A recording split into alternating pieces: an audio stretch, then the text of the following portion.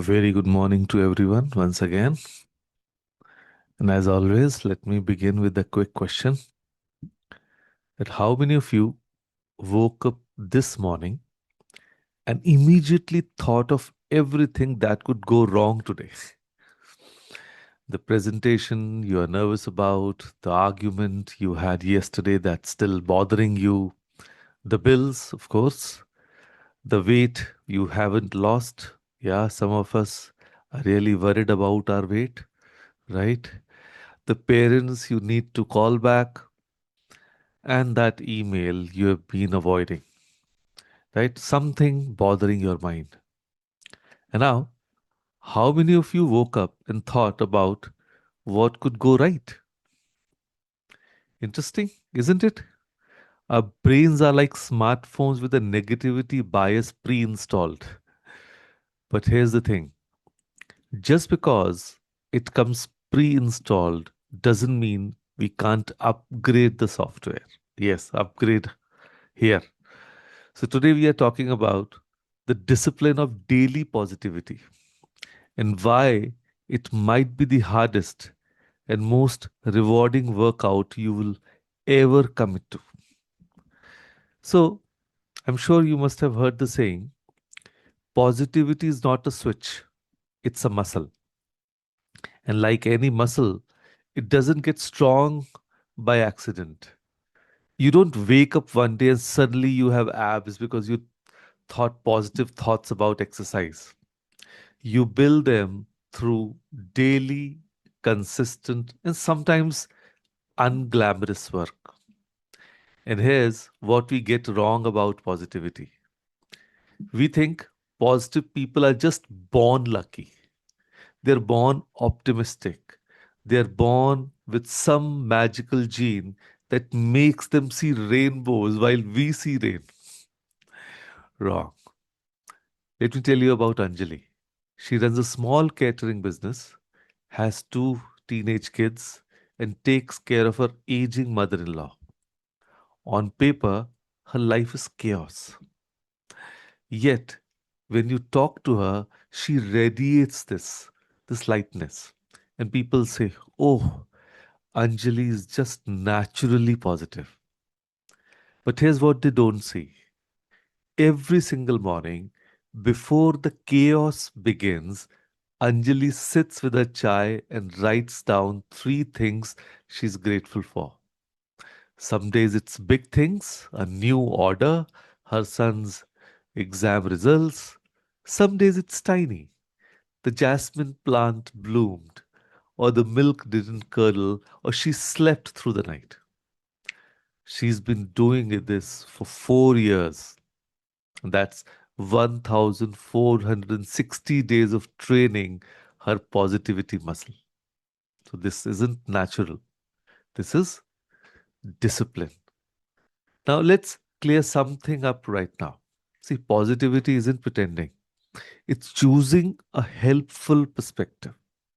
It's not about toxic positivity where you slap a smile on pain and say good vibes only while ignoring the real problems. It's not about denying that your mom in law's comments hurt, or that your boss was unfair, or that you're exhausted from managing home and work, or that economy is tough. Real positivity says, yes, this is hard, and what can I find that's still good? What can I control? What perspective helps me move forward instead of staying stuck? And here's a daily example. Anybody from Bangalore? So stuck in Bangalore traffic. You're going to be late for an important meeting, but you have two options. Option one, the thought process. The city is impossible. Why is this happening to me? My day is ruined. I'm so unlucky. But option two, this is frustrating, but I can't control the traffic. Let me call and inform that I'll be late. Let me use this time to mentally prepare for the meeting. At least I'm not the one driving right now. I can breathe. So, same traffic, different internal experience, And that's the power of practiced positivity. And for the men, you didn't get that project you'd been working toward. Option one is, I'm a failure. They don't value me. This company is terrible. And option two, this stings. But I did good work. Maybe this project wasn't the right fit. What can I learn? What's the next opportunity? So, negative thinking is a habit, and positivity, of course, it can be too. So, how do we actually build this muscle, the positivity muscle? So, that's actually through daily, deliberate practice. Think about how we maintain our homes. You don't deep clean once a year and expect the house to stay spotless. You sweep daily, wash dishes daily, wipe surfaces daily, small, consistent actions. And your mind also needs the same maintenance. And here's what discipline looks like in daily positivity. Morning reframing. Your first thought is, I'm so tired. Discipline says, pause, reframe. I'm tired and I get another day. My body woke up. I have coffee coming. Small miracles. Gratitude practice. Not just thinking grateful thoughts, actually writing them down. Why? Because when you write, your brain processes differently. It becomes real, not just a fleeting feel good moment. And for younger friends, your Instagram feed is full of people with seemingly perfect lives, perfect bodies, perfect relationships. A negative spiral? I'm not good enough. Everyone else has it figured out. And positive discipline? These are highlight reels. My behind the scenes are valid. What am I grateful for in my journey? And then reframing the setbacks. Let's say your domestic help didn't show up again. So the undisciplined mind would say, why does this always happen to me? I can't depend on anyone. But the disciplined mind and the positive one, that this is inconvenient, yes. But can I order lunch today? Can my kids help? Can I let some things slide? Or what's actually essential? So we must learn to celebrate small wins. Let's say you drank enough water today, or you sent that difficult email, or you didn't yell at your child even though you wanted to. So these aren't nothing, these are everything. Acknowledge them. Consistent, small practices lead to big emotional strength. Yes. And now I know what you're thinking. This sounds nice, but you don't know my life. You don't know my problems. Yes, you are right. I really don't. But here's what I do know. Every single person in this room has problems.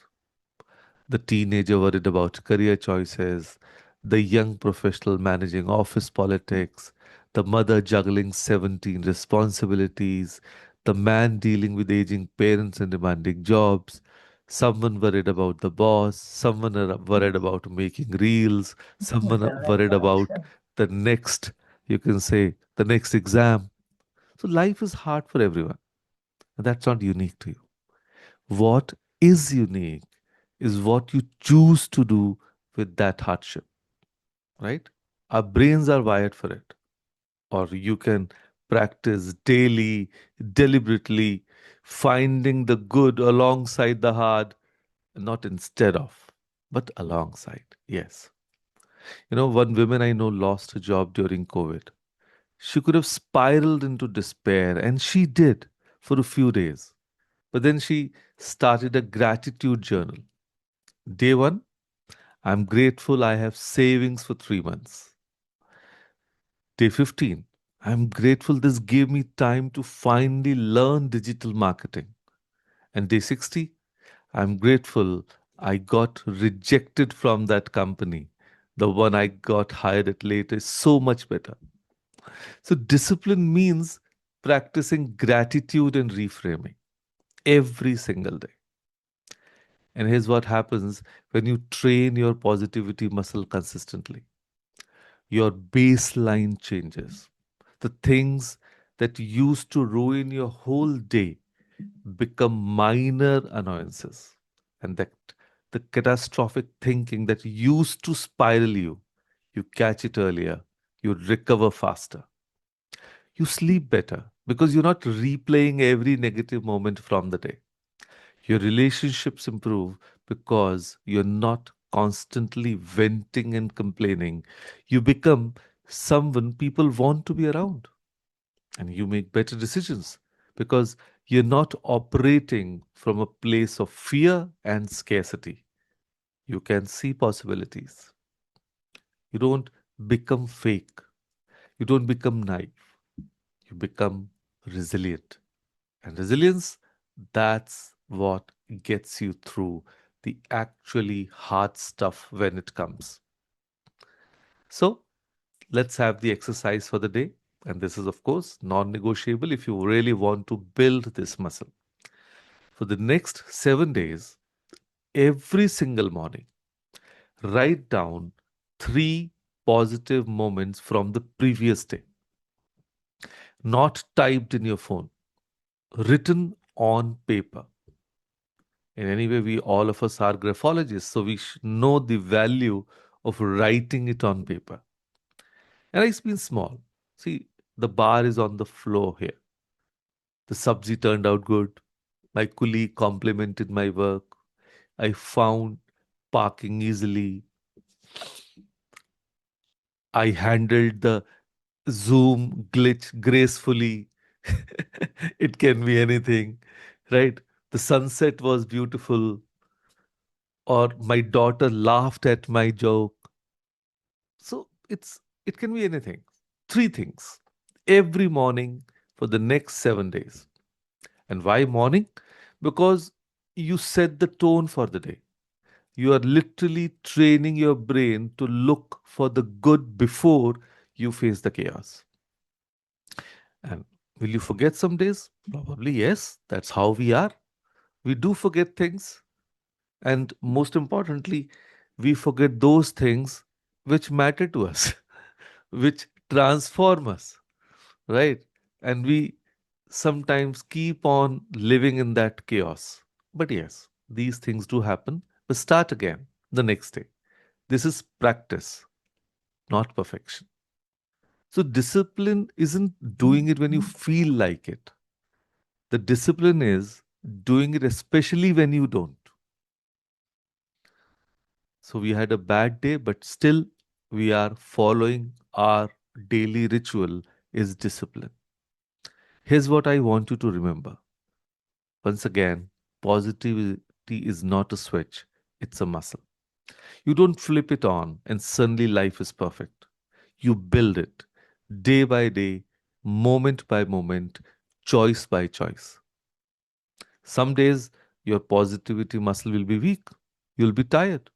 You'll want to complain. You'll want to spiral into negativity. But that's okay. That's human. But on those days, especially, that's when discipline matters most. That's when you pick up the pen and find three tiny good things anyway. Because here's the secret: the world doesn't owe you positivity, but you owe yourself the practice of looking for it. Not because life is always good, but because you deserve to notice the good that exists even in the hard. Start tomorrow morning. Three things, 7 days. Your future self, the ones who's stronger, more resilient, more at peace, is already thanking you. So, with that thought, thank you, everyone. Thank you for joining us today. Thank you.